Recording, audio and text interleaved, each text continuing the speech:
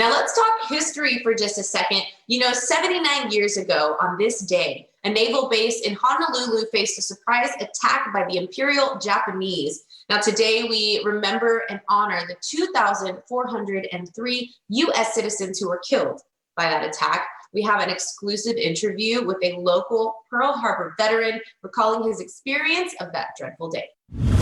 We'd like to welcome our next guest, Bob Batterson, who is a retired World War II veteran and Pearl Harbor survivor. And thank you for your service. Good to be here. Thank you. Well, my first question is, what prompted you many years ago to serve our country? I graduated from high school, and it was during the Depression. There weren't too many jobs around. Mm-hmm. And even though I found the job, I had to pay room and board.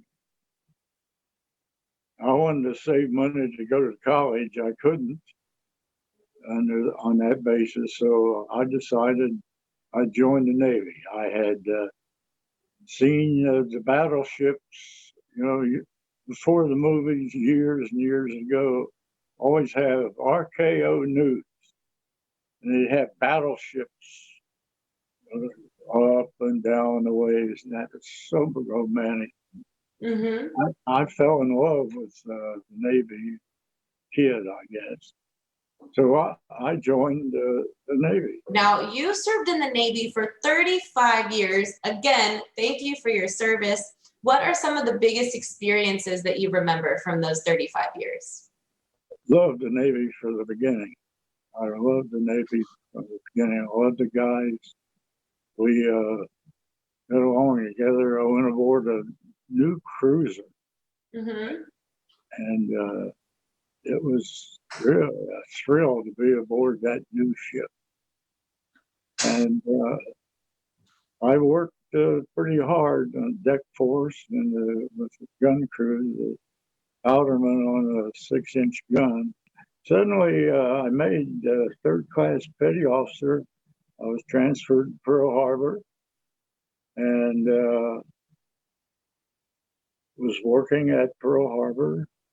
And we were on the third deck, and the noise of the attack woke us up. And we thought it was a drill, and there was a lot of cussing going on about having drills on Sunday morning. And somebody said, that was a Jap went by.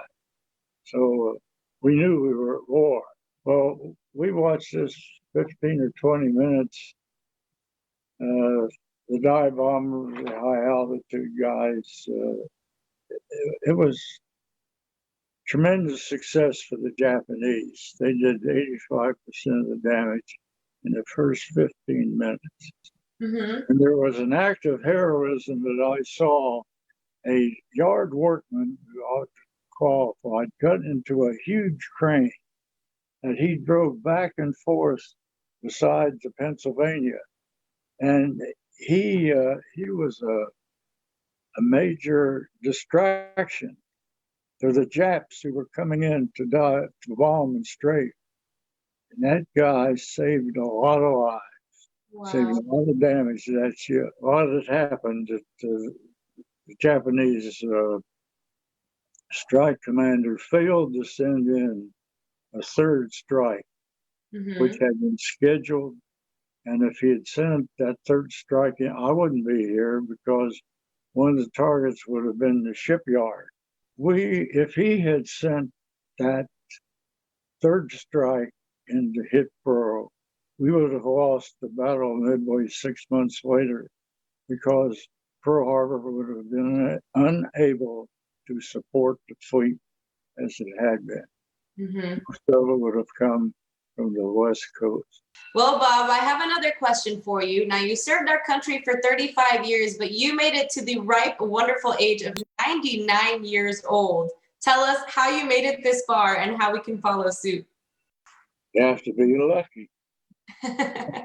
Do the best to take care of yourself.